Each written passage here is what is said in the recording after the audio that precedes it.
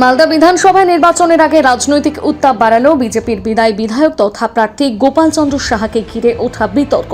তার বিরুদ্ধে সরকারি রাস্তা দখল করে পেট্রোল পাম্প তৈরি করার গুরুতর অভিযোগ উঠেছে। এই অভিযোগ তুলেছেন বিজেপি থেকে বহিষ্কৃত নেতা তথা বর্তমানে মালদা বিধানসভা নির্দল প্রার্থী নিতাই মণ্ডল। তার দাবি, ক্ষমতার অপব্যবহার করে এই বেআইনি নির্মাণ করা হয়েছে। অবৈধ সরকারকে এই বিষয়ে স্টেপ নেওয়া উচিত। কেন এটা হবে? আর একজন পদাধিকারী, সে 50 মালদা তফসিল বিধানসভার বিধায়ক, সে যদি এইরকম সরকারি জায়গা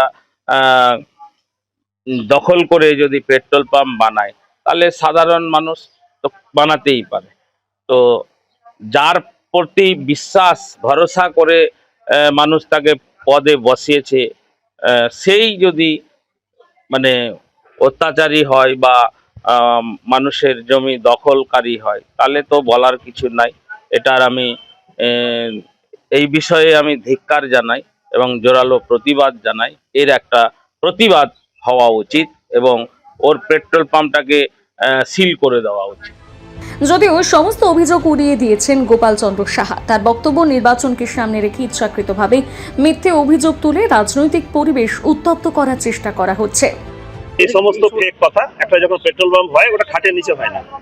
রায়তি জমিতে আমার পেট্রোল পাম্প করা আছে, তার যথেষ্ট পেপারস আছে।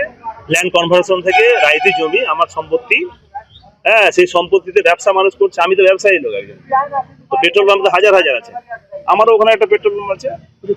ফেক কাগজ ম্যানেজ করে পেট্রোল পাম্প করা যায়, আমি তো শুনে আপনার কাছে আশ্চর্য হচ্ছে। এগুলো সমস্ত ভয়ের কথা, এগুলো আতঙ্কিত হয়ে এই সমস্ত অপপ্রচার করা হচ্ছে। যদি কিছু ভয় কেউ যদি করে থাকে, তো আইনের কাছে ইয়ে করুক, যাক, আপনি কমপ্লেনের কপি দেখাতে পারবেন না? এগুলো বদনাম করা একটা ইস্যু তৈরি করছে। এদিকে এই ঘটনাকে কেন্দ্র করে রাজনৈতিক মহলে শুরু হয়েছে তীব্র চর্চা। তৃণমূল কংগ্রেসের পক্ষ থেকে ঘটনার নিরপেক্ষ তদন্তের দাবি তোলা হয়েছে। এই বিষয়ে পুরাতন মালদার তৃণমূল ব্লক সভাপতি সুদীপ্ত রায় বলেন, এই হচ্ছে একটা বোর্ডের সম্পত্তি, ওরা নিজেরাই ভাবে এই জায়গাটা একদম ভাবে এটা চলছে, এটা ওদের প্রতিদিনের কাজ। এটা নতুন কিছু না, শুধু উনি এখানকার না, গোটা ভারতবর্ষের সব জায়গায় এটা আরো তদন্ত করুন। আপনারা সাংবাদিক বল যদি এটা তদন্ত করেন, দেখবেন যে আরো কত কি করা আছে। ছোট বড় মাঝারি সব নেতারাই এটা নিয়ে আর ঘুরে ফিরে কোনো কাজ পায়নি। তিনি বলছেন যে তৃণমূল তার নামে বদনাম করছে, তৃণমূল তার নামে বদনাম করছে।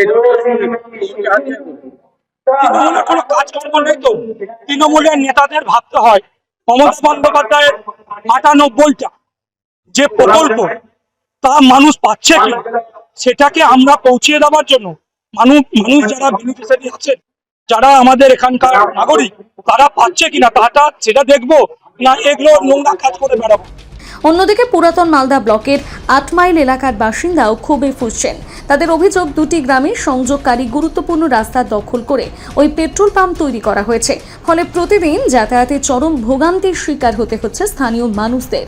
এই বিষয়ে বিশেষ স্থানীয় বাসিন্দারা জানিয়েছেন, সুবিধা হচ্ছে যে 8 মাইল হইতে যে আমাদের পশ্চিম ছালাকাটা আছে, সেই ছালাকাটারে হইতে আসতে মাঝখানে একটা পেট্রোল পাম্প হয়েছে। হঠাৎ দিয়ে এই পেট্রোল পাম্পের মাঝখানে একটা পেট্রোল পাম্প হয়ে যাতে রাস্তাটা বন্ধ হয়ে গেছে।